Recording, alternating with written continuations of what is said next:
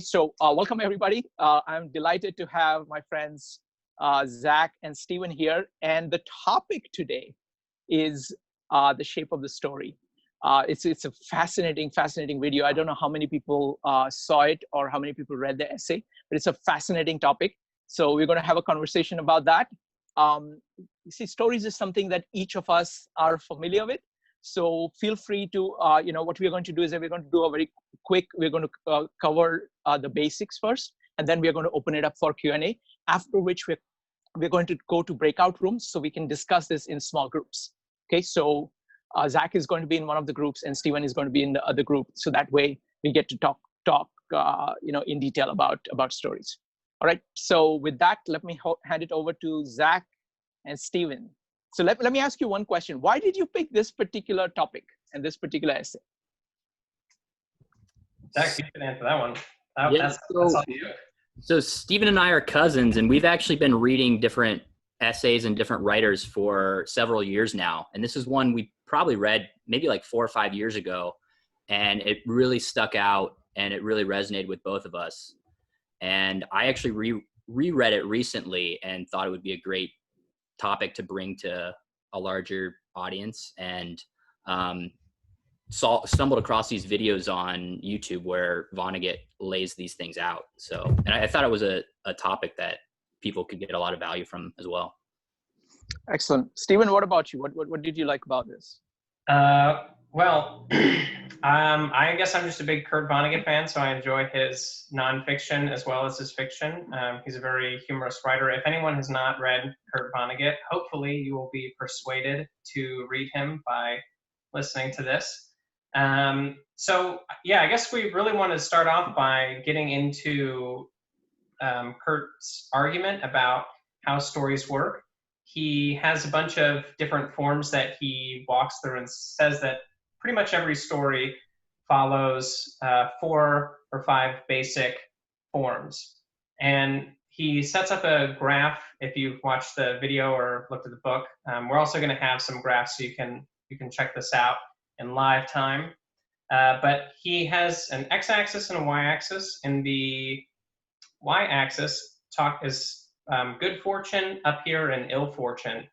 And then on the x-axis, it says everything starts at the beginning and then moves to entropy, which is chaos or whatever. And so he charts a variety of stories on this graph, and we're going to cover some of them, give some examples, and then talk about how these structures work, whether or not this is similar to life, and whether or not it's useful, and a variety of other things, hopefully. So, Zach, I know you have the book, so maybe do you want to show us the graphs and... Sure. So yeah, I actually went ahead and wrote out some of my own graphs just to make them a little bit bigger and easier for people to see. So I'm just going to run through the 5 kind of common story arcs that he outlines. So this first one he calls Man in a Hole. And this is what it looks like here. So we start off a little bit above average in terms of good fortune. So this is somebody who's doing pretty well in life. And then they get into a hole, they get into some kind of problem, and then the problem gets resolved. So it's pretty straightforward. And with all of these, I was trying to think of different books and movies to kind of relate them to. For this one, I thought of like the movie The Sandlot. It's like a family movie about some like happy kids playing baseball. They get into a little problem, they lose their baseball, and then they get it back. So this kind of fits into like a lot of like family movies. A lot of like sitcoms follow this general arc. What about you? Yeah. Is there any other movies or books that stood out for you that follow this form? I think most Marvel movies go along with this. You know, good Iron Man, he's hanging out, he's awesome. Then he gets thrown into a cave, has some work stress, comes out, still a superhero. So, yeah. I want to add one thing over here. Jack Panksepp studies different kinds of emotional circuit. And this is the graph of the seeking circuit in human beings. Basically, what happens is that you're going along, you're doing fine. you see something that you like, or your emotional thing goes down, so because you realize you don't have it. So it's like a negative state. And then you're working at it to kind of get it back. And once you get it, you come back to the same level. So it's like the man in the hole thing. So that's very interesting. That's the seeking circuit in us. So that's what it is appealing to directly. Interesting. I like it. Who had the idea first? There's probably some copyright infringement going on. Cool. So let's go to the second one. So this one, he labels boy meets girl. And he says in the lecture, it doesn't have to be about a boy meeting a girl. It's just kind of what he calls it, because a lot of times this arc happens in like romantic comedies, or like even like Shakespearean comedies. So basically you have somebody starting off normal. They find somebody, in this case, boy meets girl, things are going great. And then a problem happens. Boy loses girl. Maybe she finds out something about him that he wasn't telling her, which happens a lot of times in rom-coms. And then at the end, boy gets the girl back and they end a little higher. So examples for this one, I had like Sleepless in Seattle, Wedding Crashers, Bridesmaids for some of the newer movies. And then like The Importance of Being Earnest, Oscar Wilde, Measure by Measure, Shakespeare. It's I think it's mostly seen in like romantic comedies, that general arc. Yeah. Cool. So that's that one. The third one, we have what he calls Cinderella, or I nicknamed it Rags to Riches. But this is basically the story of Cinderella. We have somebody who starts off pretty down on their luck. Her mother has just died. She's living with this evil stepmother. Things are going pretty bad. And then her fairy godmother appears and lets her come to the ball. So things are going pretty great. She gets to dance with the prince, has this amazing night. And then the clock strikes 12. She goes back down, not quite back to where she was because she's had this awesome experience. And then by the end, the shoe fits. She and the prince live happily ever after. So it ends on this positive note. Other ones that came to mind for me were like Little Orphan Annie, Charlie and the Chocolate Factory, The Pursuit of Happiness. It's kind of similar a little bit to like The American Dream.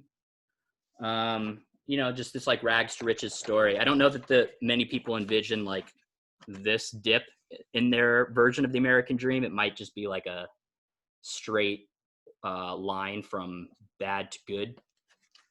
That's stock market crash. That's what happens.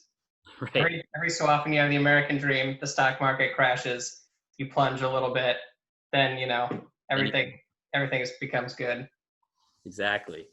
So then this one, this is the fourth one now. So this one he calls Kafka, after Kafka's work Metamorphosis. And this is basically the tale of going from bad to worse. So it's a pessimist story. We start with somebody who's down on their luck. In this case, it's a guy who's not very good looking. He doesn't have a good relationship with his parents. He doesn't like his job.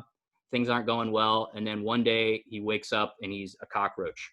So things go even worse. And that's where it ends. Those are the four he lays out. The other two I wanted to just mention before we kind of get into this question of whether or not Vonnegut thinks this is a good way to look at stories. I wanted to outline two other common forms that occurred to me.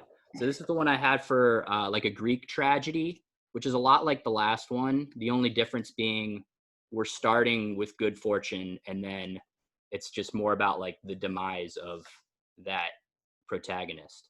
So like King Midas would be a good example. You have this rich king, and then his greed leads to his demise. So this is kind of a good to bad. And then the final one, I wanted to talk a little bit about the hero's journey, which those who aren't familiar, Joseph Campbell, who was he studied different myths from all over the world, and he realized that all of these myths from all these different cultures and all these different times tended to have the same different sections of stories. And he doesn't lay it out in the same X and Y axis that Vonnegut does. He actually uses a circle. I don't know how well you guys can see this. In his circle, you have somebody starting basically from the status quo. So everything's kind of going normal. And then there's this call to adventure. And then the hero in this case goes from the known world to the unknown world, and they face all these challenges. And there's usually a moment where they're at their lowest, which he calls the belly of the beast, or excuse me, the belly of the whale. And this is where the hero is at their low point. And then there's this uptick as they start to reach the climax of the story. And there's usually some kind of triumph where the hero wins, either, you know, slaying the dragon or getting some kind of treasure, which he can then bring from the unknown world back to the known world. And so that's a bit of the hero's journey. And I did my best to draw what I think it would look like if we were to put it on on Vonnegut's graph. So I think it's pretty similar to Man in a Hole. The only difference being the hero ends higher than they start. So we have kind of here the status quo, and then there's the call to adventure, this road of trials, and then there's the belly of the whale where things are really bad. And then we have this metamorphosis and the hero returning the boon back to the people. Cool. So do you have anything to add to any of that? I know that was a lot, Stephen. Yeah, I think that was really great. And I guess what I would want to point out, two notes, I guess, quickly, is that one, in Vonnegut's examples, he always measures the y-axis between good and ill fortune. And these are a number of different structures that you could have in a story around those ideas. But you could also draw the y-axis with different monikers. They could be about wealth, which is not necessarily correlate with good or ill fortune. They could be anything that involves time, you know, and different stories have different structures that are not necessarily centered on one character's journey. So they could also be about how the war is portrayed or something like that. And probably the most common one is tension. So like usually when a story is drawn out in terms of like on this X and Y axis, they would use like the X being time and then this being tension.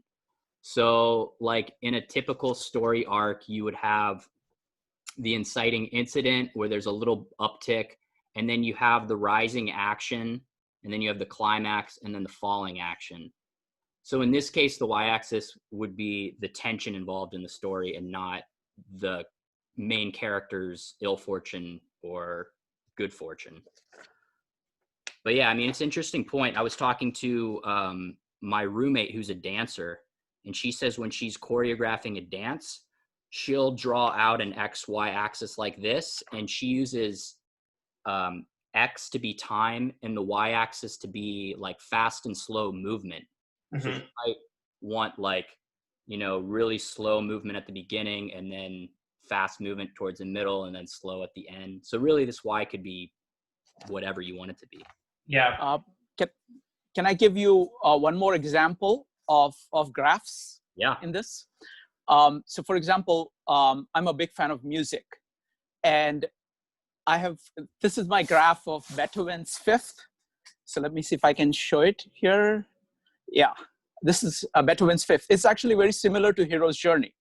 What it is that initially when you start out over here, the first movement is ba ba ba bam. It's a call to adventure. It is saying I will do that. It's an act of will kind of going up. The second movement is actually, it dives down into the underworld. It shows all the problems that you are going to face in the face of it. The third movement is kind of halting progression. You know, the hero tries something and then fails. Tries something, oh, that doesn't quite work. So there is like a belabored kind of trying to go, but it doesn't go anywhere. And then the final moment, the fourth moment, is a full triumph. So it's very similar to the hero's journey, I would say. Cool. And the thing that I think all of these have in common too is just the principle about change over time. You know, there's always movement, which is something that Vonnegut points out. And then he talks about Hamlet in particular as a different kind of story. And I saw you had the graph there. Do you want to jump into Hamlet and how that's different? Yeah. So at this point, Vonnegut brings up the big question, which is, can all stories be laid out on a graph like this? And he answers that question by saying no, that I'll quote him here. He says, this rise and fall is actually artificial. It pretends that we know more about life than we really do. And he says, perhaps a real masterpiece cannot be crucified on a cross of this design. And then he uses Hamlet to describe what he means by this. Would you like to talk about Hamlet, or do you want me to do it? Yeah, if you want to hold up the piece of paper. Sure. Well, actually, I mean, it's really not super necessary. So he talks about the Hamlet story. It begins, youthful guy, Hamlet. He's a prince. He's walking around. Someone says, hey, you know, I saw a ghost of your dead father. Let's check it out. He goes, he talks to the ghost, and it's not actually clear as to whether or not this is a change in fortune for Hamlet. So you continue along the story. He's still at this baseline, and he decides, well, let's have a play. We're going to invite my father there. We're going to see if he actually murdered my father, who was the king. Invite his uncle. I think you said his father. Invite his uncle. Yeah, his uncle kills his father. He wants to decide, see if that's true. So he hosts a play, and the uncle has a moment of maybe not exasperation, but there's a reaction, but it's not clear as to whether or not this is good or bad for Hamlet once he figures out what his uncle has done. He's sent away, he comes back, he fights one of his friends, or the brother of his girlfriend, and they both cross swords, they both die. Essentially everyone dies, and it's still unclear as to whether or not his fortune has changed over the course of the entire drama. So yeah, Vonnegut says this is actually how much of life is you can't, when you come to an event, you can't tell if it's necessarily good or ill fortune. So many of the things that we undergo are actually neutral, or they might be interesting, they might invoke some kind of change, but it's hard for us to really measure out whether or not it's a positive or negative for us. Or they might be good in the short term, but bad in the long term, or bad in the short term and good in the long term. Yeah. And so I think that's one thing about Vonnegut's, so circling back to his original layout, if we broaden the context, let's say we take the Cinderella story and we continue it for, a couple years or something. Maybe they have a kid, maybe the kid dies, maybe they fight a lot and get divorced. There's always still further ways in which the graph could change. And so partly it's that the story arc goes on much further than, we're kind of getting a cropped view of what actually happens to Cinderella in her life. And even before the story takes place, there's movement there. But then too, all of the actions become relative. So maybe her meeting of the prince, though it might, bring her to this high where things are really great, it eventually leads to her questioning the essence of life because her marriage that she's put so much into fell apart. So it becomes the spark that actually leads to a further downfall that is far more serious and significant than where she had been before. And so, yeah, context ultimately matters when we're evaluating those points. Yeah, and there's an interesting, if anyone has seen the movie The Graduate, so this movie ends with the main character eloping with the woman he loves, and they are running away together, and she's in the wedding dress, and they get on this bus, and they're both beaming, they're both smiling, a lot. And most traditional rom-coms would end the movie there, but it's really interesting because the director instead spends about 30 extra seconds zoomed in on the two of them, and you watch their smiles fade, and both of them kind of get this look of like dread and uncertainty, this kind of like, oh shit, did we just, make the wrong decision? And that's really interesting because, like I said, if you were to cut the movie about 30 seconds earlier, you would have a completely different interpretation. Yeah. So maybe we can get into whether or how these story arcs are similar or dissimilar to life itself. I mean, I don't know if you have anything else on that previous bit. Yeah. So the thing that I think is interesting, so going back to Joseph Campbell, he talked about how over the course of one's life, we have several of these stories stacked up one after another. So though the whole curve of our life might look like one thing, on like a day-to-day basis, we might go through an entire hero's journey, or we might go through a boy meets girl over the course of 3 months of our lives. So I was getting kind of crazy with these graphs, but I wanted to show this. So it would be interesting if, just for argument's sake, say that this was the course of somebody's entire life. Like this is what their good fortune and ill fortune looked like.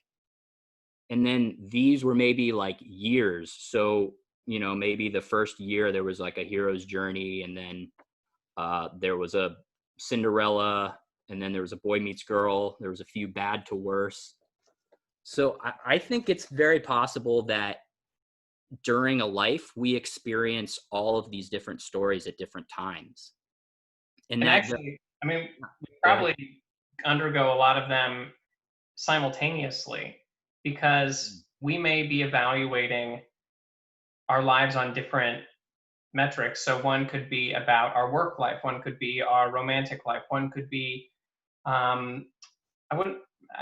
maybe not exercise goals, but there's different ways that we value, like what is the meaning and measure of our moments. And I think, we may be doing excellent on the work level, but then in our personal life, things are just horrible and you're stuck at home all the time, it's quarantine. And I think that is interesting too, because then let's say you have a day or just a singular event in your life, it could actually be a positive for one way that you're evaluating and a negative for another. And so it is ultimately a bit ambiguous, that's the word, about whether or not events actually have an inherent good or ill fortune in them. They're all kind of when we look back. So every time we have an event in our lives, we try to make sense of it. And the way that we do that is we try to figure out what are the relevant pieces and patterns that have led up to this moment. So if you get into a car accident, right, one of the moments is when you had stepped into that car. But then another is on your 16th birthday, you got your driver's license, right? And that moment where you get into a wreck changes how you evaluate all of these different instances and gives it a greater or a lesser degree of good or bad fortune.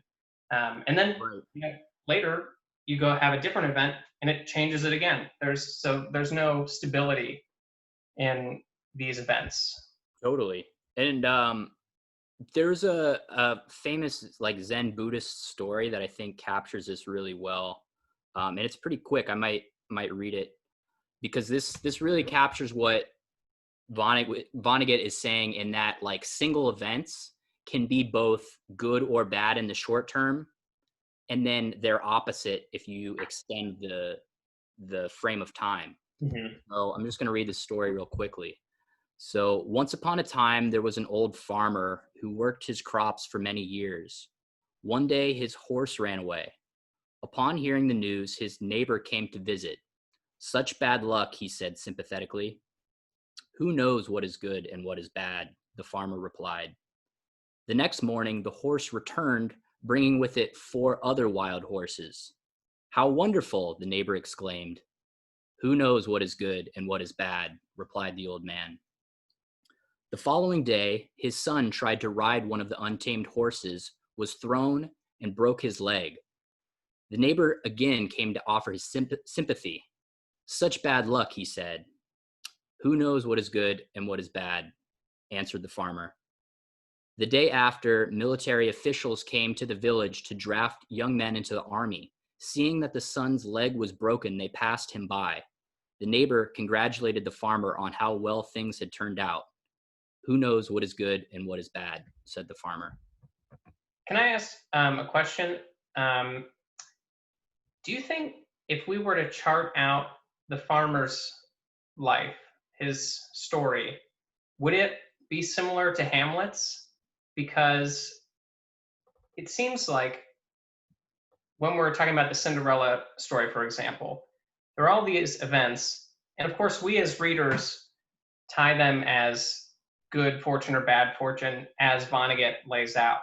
I think that's partly because the author's intent, though it's likely also because of how Cinderella is portrayed. So it's kind of about Cinderella's psychological journey there.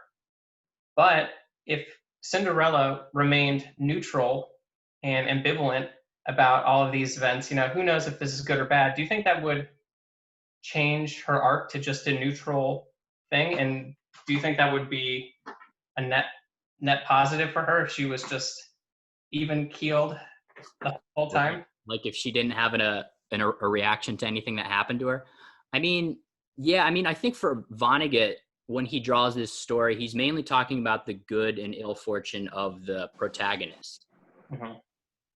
But like the thing I was thinking is the good and ill fortune could apply to different things. So for instance, the good and ill fortune could be like the fortune of the entire community.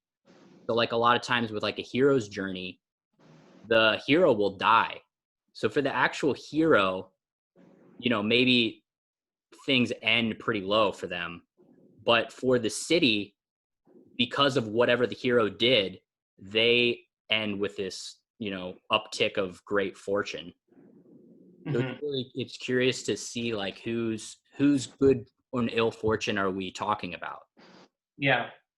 But I wonder, I guess what I'm asking, when we're evaluating the Cinderella story, for example, on the metric of good and ill fortune, are we talking about Cinderella's interpretation of the events as they occur to her?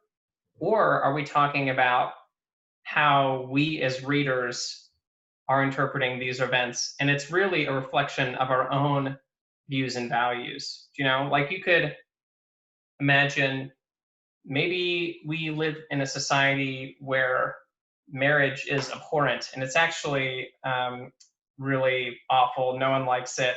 And we look at the Cinderella story and say, oh, damn, she really got the short end of the stick there, But at the same time, maybe it is actually, I don't know. I don't have an opinion either way on it, I guess.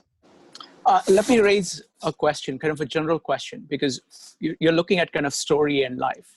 Mm-hmm. Another way of looking at it is that why do we have stories? Human beings have always had stories. What function does a story serve in human life? And why do we have this entire plethora of stories and people reading stories, telling stories? What is it that does for human beings? I think for the listener or viewer or reader of the story, they offer some lesson, something that you can take with you. So if you're reading like King Midas, for example, there's a lesson in that story. There's something that you can take with you from watching, the demise of this king whose greed led to his downfall. And then on the other hand, if you're watching somebody who triumphs, you can see, okay, well, what did this person do to triumph? And what lesson can I learn from that? I think that's a lot of what interests us, and a lot of what piques our interest is different stories where people are in situations where we've never been in. So we're kind of, our ears perk up because we want to see, okay, well, what does this person do in this situation? And then if I'm ever in that situation, I'm going to, apply what this person did if things ended well, and I'm going to do the opposite of what they did if things end poorly. So I think that's one thing that why stories resonate with us. But I think what's interesting about that is that the lessons are not ever objectively true as how they might apply to your own life. I think I was talking to somebody about Game of Thrones recently, because I recently watched all the Game of Thrones in 2 weeks during quarantine. And what is really interesting about that show is that there's all these different characters, and they all have very different bits of advice that they give to each other. And whenever you're listening to one of the characters, you say, man, that's really wise. That's a very profound thought.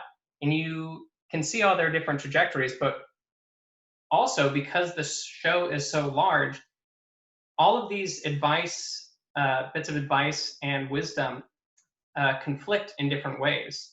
And I think that stories are similar in that, you might have a couple different story arcs that are maybe trying to illustrate the same point, but neither are ubiquitously applicable to your own situation. It's kind of just a rough guide of something happened here, and you might be able to pick up bits of that in your own life, but it's not a sealed deal, step by step, this will always work every time.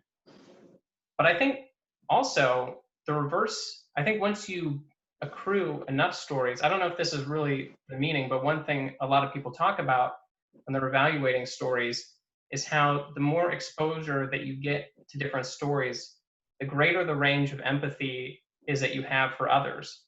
Because you see all of these different characters going through these events, you apply them to your own life, or you recognize them in other people's.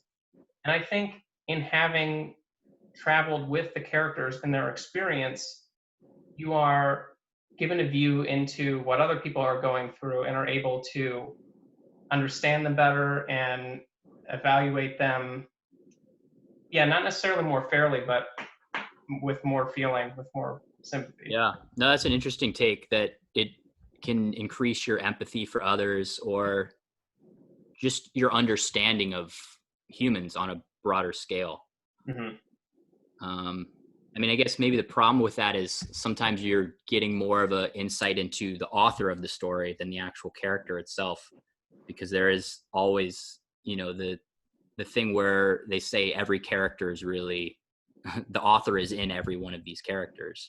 Yeah.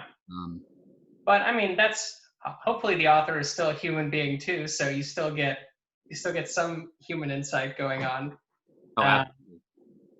Yeah, but I think too, about partly, I think we just can't help ourselves telling stories. Like, we're always evaluating events, unless you're a Zen farmer who is able to hold everything in a kind of equilibrium. I think our tendency is to naturally make a judgment about an event as they come. And in order to do that, we need to thread like a line of other events that have occurred previous to make sense of that, right? Because you can't understand an event like when you go to a different culture and they have a different sense of greeting, and you don't understand that because your previous experiences don't allow you to interpret that event rightly. Like maybe you try to shake someone's hand, but people don't shake hands there. But once you have that point, then you evaluate. Yeah, you have to have the right context to evaluate moments in your own life as they come up. Absolutely. Okay. Do we want to open up for questions or anything like that? Let's do that. The first question is from Joe. Joe, let me just tell everybody, you guys can go ahead and ask questions now. The way to ask questions, there are 3 ways you can ask questions. You can either type your question or type exclamation mark in the chat or raise your hand in Zoom. You can do either, any of them. So first one up is Joe. Joe, go ahead.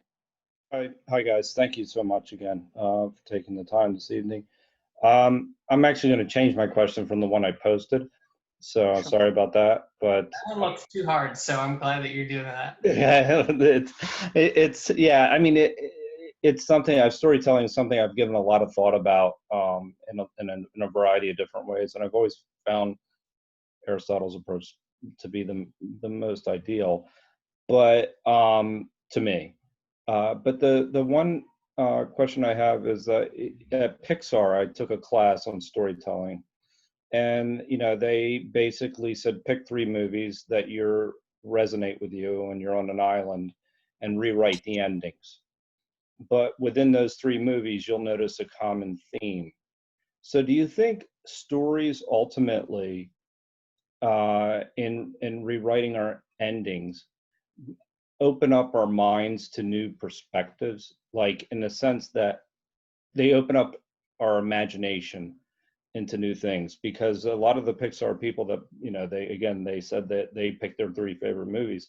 They also found at different points in their lives, they were going through the process of becoming a father, and it was coming out in their writing, and they didn't even recognize it. So that there were a lot of different, things to this where, it can help us get outside our perspectives. Do you think that it not only resonates with us, but it also opens up our minds as well? Does reading stories or does rewriting the ending of stories? Reimagining the ending, like something along those lines. So, do you find that would be a good exercise into getting outside of our own biases or our own perspectives? I think that if we were to rewrite, this is just off the cuff, I'm not actually 100% sure of this, but I think that if we were to go pick 3 movies and then rewrite the ending, we would tend to rewrite in favor of our own biases as we had them, but maybe weren't aware of them. Like, and this might be a positive way or a negative way, but let's say we rewrite the ending of a movie to be negative, right? It's only us that sees that ending as negative. And so we know, hey, this is a negative ending, and we judge that, and it reifies our conception of what is a positive and what is a negative.